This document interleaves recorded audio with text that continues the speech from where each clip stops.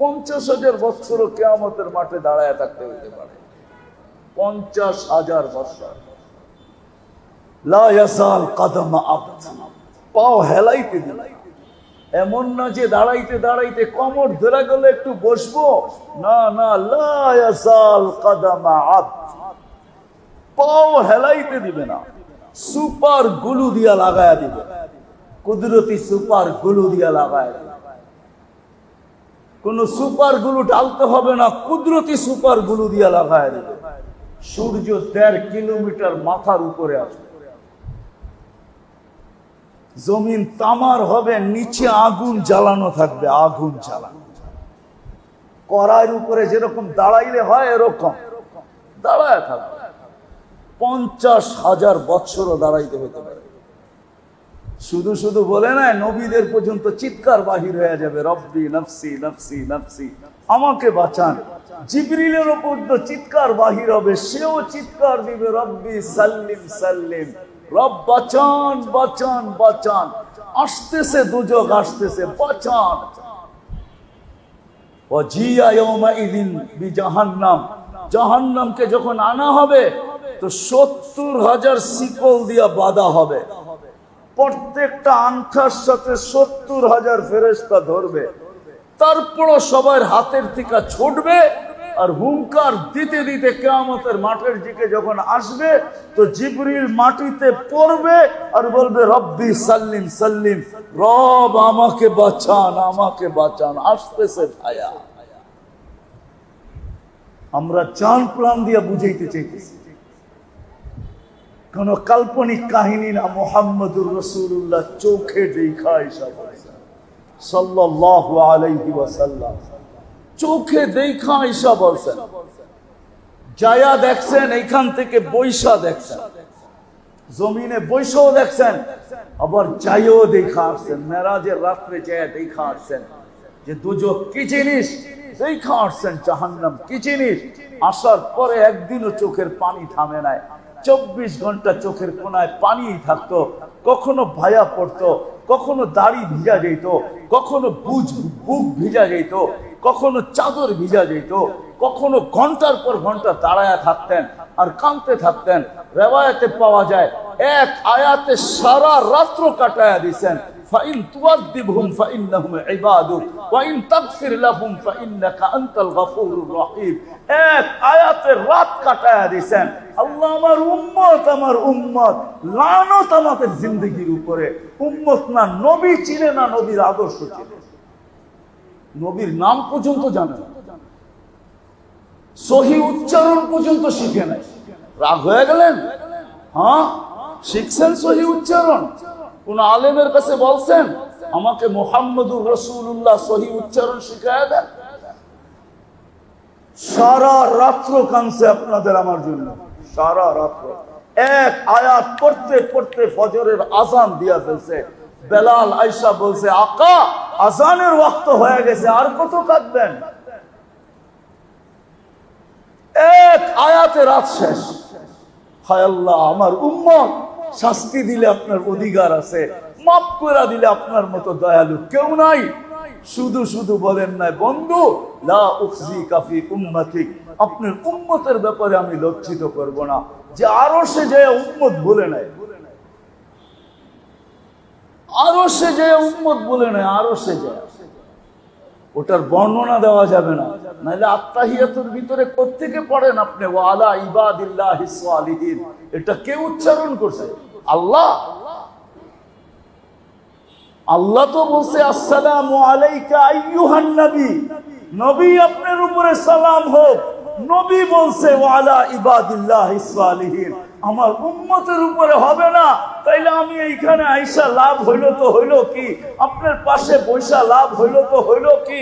এই টেবিলে যদি উম্মত না আসে তো আর কোথায় আসবে? আমার উম্মতের উপরও সালাম, আমার উম্মতের উপরও সালাম। উম্মত বলে নাই। আজকে নবীর আদর্শ কোথাও নাই, না শাদী না বিয়া। কয় সমাজ চুরি করা, নামাজ বলে চুরি করা যায়, সমাজ বলে চুরি করা যায় না। লানত আমাদের জিন্দেগির উপরে। তারপরে যে টিকা আছি এটা আল্লাহর মেহেরবানি। এটাও নবীজির কারণে টিকা আছি।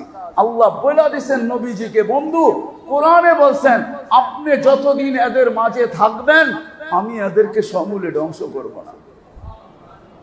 কোরআনে আছে, কোরআনে আপনি থাকবেন আর আমি এদেরকে শাস্তি দিব। বলবেন নবীজি আছে কই? নবীজি এখনো রওজায় জিন্দা আছে, জিন্দা হায়াতুন নবী। যে যায় রওজায় সালাম দেয়, আল্লাহ রসুল তাকে দেখে সালামের জবাব দেন, সালাম নেন এবং সালামের জবাব দেন। এই জন্যই তো আমি একটা কথা বলি, জানি না এই মজমা রাগ হয়ে যাবে কিনা, আমার যুগ বিয়োগে মিলে না যে হজে গেল আর মদিনায় গেল, ও দাড়ি ছাড়া গেল তো গেল কি করে?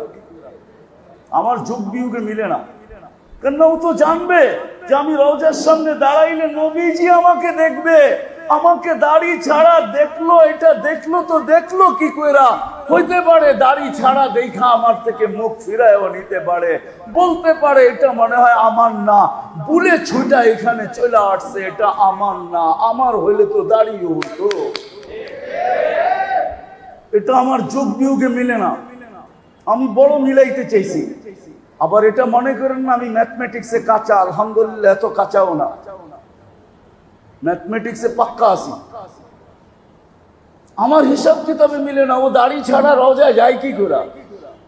আবার রওজায় থেকে আইসা দাড়ি কাটে কি করে? যেই চেহারা রাসূলুল্লাহ সাল্লাল্লাহু আলাইহি ওয়াসাল্লাম দেখলেন, ওই চেহারায় আবার ফুল লাগাই তো লাগাই কি করে, বেলেট লাগাই তো লাগাই কি করে? হায় হায় হায় হায় হায়, আমার যুগ বিয়োগে মিলে না। আল্লাহ রসুল সাল্লাল্লাহু আলাইহি ওয়াসাল্লাম থাকার কারণে আজকে বেঁচে আছে, নাহলে বহু তাকে ধ্বংস করে দিতেন। ওয়াদা করে ফেলছেন আপনি থাকবেন আর আমি ধ্বংস করব। এটা হয়তো হয় কি করে, এখনো আমাদের মাঝে জিন্দা আছেন। মদিনা মুনাব্বারায় রওজায়ে আসহারে আল্লাহ রসুল জিন্দা, এই জন্যই হায়াতুন নবী বলা হয়, মামাতুন নবী না না না না না। আমাদের নবীজি রওজায়ে আতহারে জিন্দা। তো যেটা বুঝাইতেছিলাম মেরে দোস্ত, আজকে কদর নাই। কদর যদি থাকতো তাহলে আমার এই কথা কোনোদিন বলতে হইতো না। এইখানে একজনও নাই যারা কোরআন পড়তে জানে না, ডেলি একবার কোরআনকে নেয় আর একটা চুমা দিয়া রেখা দেয়। যদি বলে আপনি চুমা দিয়া রেখা দিলেন কেন? বলে আমি পড়তে জানি না, কিন্তু ভালো তো বাসতে জানি, আমি আল্লাহর কালামকে চুমা দিয়া রেখা দিলাম। বৎসরের পর বৎসর ছুঁয়া দেখে না কোরআন। দেখেন ছুঁয়া, রাগ হয়ে গেলেন? হ্যাঁ হ্যাঁ, ছুঁয়া দেখেন? দেখি তো না, দেখি তো না। অথচ কথা তো ছিল যে কোরআনকে মহব্বত করবে, মূল্যায়ন করবে, মহব্বত করবে। শুধু কিনছে আর ঘরে তাকের ভিতরে রেখা দিছে, ঠিক না? হায় হায়, কবির কথাই সত্য। তাকু মে সাজায়া যাতা হুঁ, তাবিজ বানা কে পিলায়া যাতা হুঁ। শুধু তাকে রাখা হয় আর আমাকে ফুদিয়া ফুদিয়া পানি খাওয়া হয়, এতটুকুই দাম। কোরআনের কদর নাই। যদি কদর থাকতো, হায় হায়, 1-2 কাঠা বাড়ি বানানোর পিছনে জিন্দেগি লাগায়া দিত না। তারপরে কতজন বানাইতে পারে আমি জানি না। 2 কাঠার উপরে বাড়ি বনে কি বনে না, কতজনের বনে আমি জানি না। কিন্তু যদি কদর থাকতো তাহলে ডেলি 5টা জান্নাতে বাড়ি বানায়া ঘুমানোর আগে একটা মুস্কি হাসি দিয়া বলতো, মালিক তোরে এহসান, 5টা বাড়ি জান্নাতে হয়ে গেছে। ডেলি ঘুমানোর আগে একটা মুস্কি হাসি দিত আর বলতো, মালিক তোর এহসান, 5টা কমপ্লিট। মাসে 150 কমপ্লিট, বৎসরে 1800 কমপ্লিট। বোঝেন না? এমন নয়, ঠিক না?